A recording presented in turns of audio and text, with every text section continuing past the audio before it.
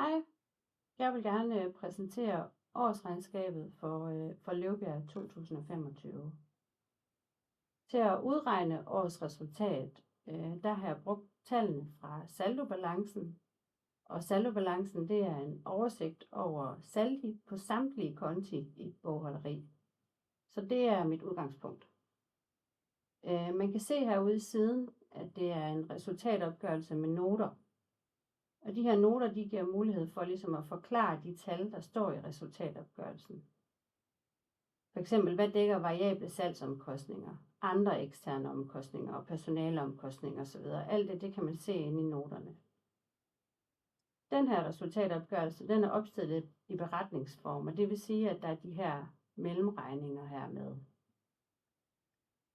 Og da jeg ligesom skal bruge noterne for at kunne lave resultatopgørelsen, så vil jeg godt lige fortælle lidt om dem. I den her opgørelse, der skal jeg bruge note 1-5. Nummer 1 for eksempel, den handler om variable salgsomkostninger. Og inde under den, der ligger sådan noget som salgsemballage og salgsfragt og salgsprovision og sådan noget.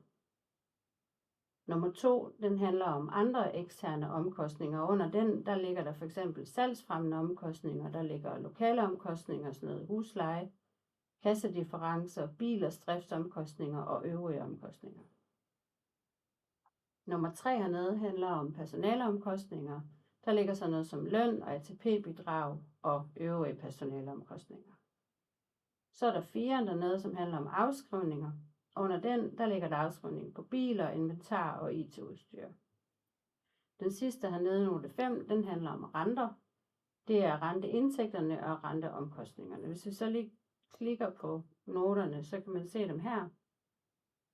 De ligger her, de første 5, som jeg skal bruge om i resultatopgørelsen. Så starter jeg med her på oven og indsætte nettoomsætningen.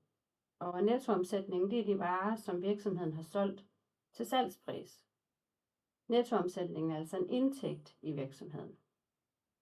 Derefter så har jeg indsat vareforbruget, som er en omkostning, og det er de solgte varer til kostpris. De 2 tal, dem trækker jeg fra hinanden, og så får jeg min bruttoavance.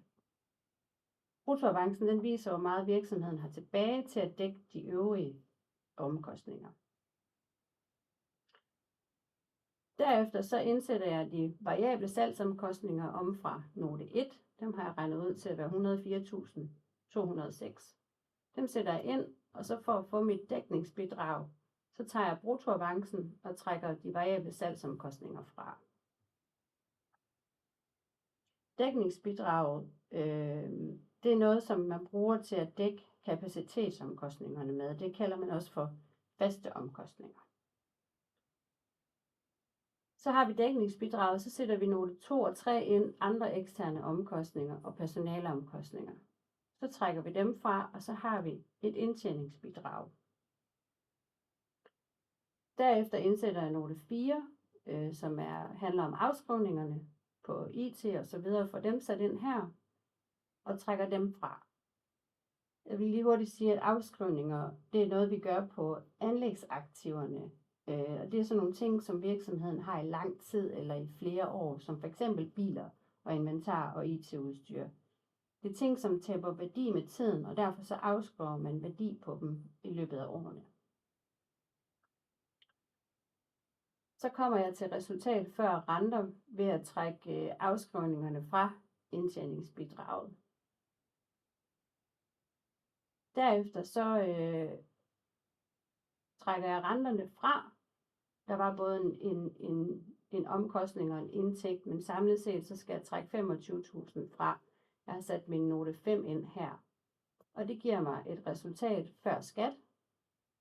Så skal der betales selskabsskat på 22%, og det har jeg regnet ud ved at sige resultat før renter, ganget med de 22%, og så har jeg delt den med 100.